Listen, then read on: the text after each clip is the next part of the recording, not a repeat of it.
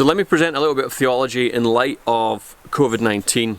Lots of little videos and teachings and pieces are getting sent around by email and on your phones and all those little gifts that we're getting.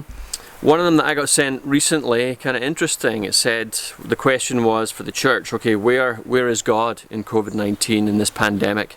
And then the answer that was presented was, well, God is where we left him, which is outside. We left God outside of our businesses and that's why they're closing down. We left God outside of our schools, that's why they're shut. We left God outside of our recreational lives, that's why we can't travel, etc., etc. So maybe the intention of those answers are good, but honestly the theology is terrible. That is not where God is. So if the question is, during this pandemic, during COVID-19, where is God? The answer would be exactly where God has always been, which is at the white hot, glorious center of absolutely everything. Nothing about our world right now, or ever has, changed the posture and the nature and the being of God.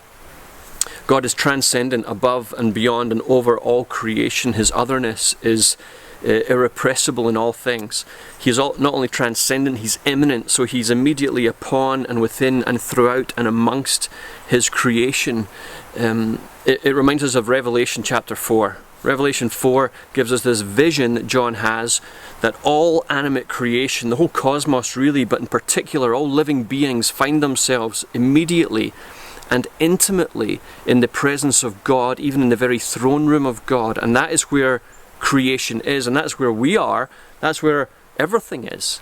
In the immediate and intimate presence of God. God is not a golden calf that we can somehow move out to the outskirts of our lives or our society. That's foolish theology. God is at the center, and we must know that and respond to that and believe that. It's like when Jesus teaches in the Sermon on the Mount and he says, listen, your Father knows what you need. He sees the birds and feeds them. He clothes the fields. How much more so your very life? The living God would care for and tend to your lives. God is not distant or peripheral. It's not like we've put him in a bad mood and he's, getting us back in some way through this terrible pandemic. It's just that God is at the center of all things, and we need to find our way to understand that and believe that and see that and comprehend that even more. As we look around creation, we might say, well, what is going on? Well, really, death and disease have been around since the beginning. Evil and entropy have been around since the beginning. Death and disease, they speak. Evil speaks, but here's the thing, it might speak, but it does not get the last word. The last word is always from God. The last word has been already spoken from the cross when Jesus says, it is finished. When the fullness of God's intention, his mission, his love was fully poured out even into the furnace of suffering and death upon the cross, and in that conquering all opposition, silencing every foe. And so the cosmos knows that, and it's for us to realize that Jesus is victorious and he is at the center, and he is absolutely stable and peaceful and fully flourishing with the love of the Father and the Spirit in that triune beauty of the life of God.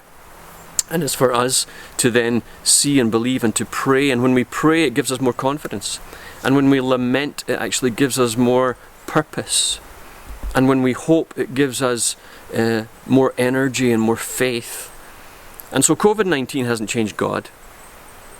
It's just that it's maybe woken us up a little bit to the fact that how much more we need him than we ever have. And so, church, don't be fooled into thinking that we've moved God out to the suburbs of society. God is at the white hot and glorious center of all things and always will be. And it's for us to apprehend that and pray to that and move into that as best we possibly can. Bless you.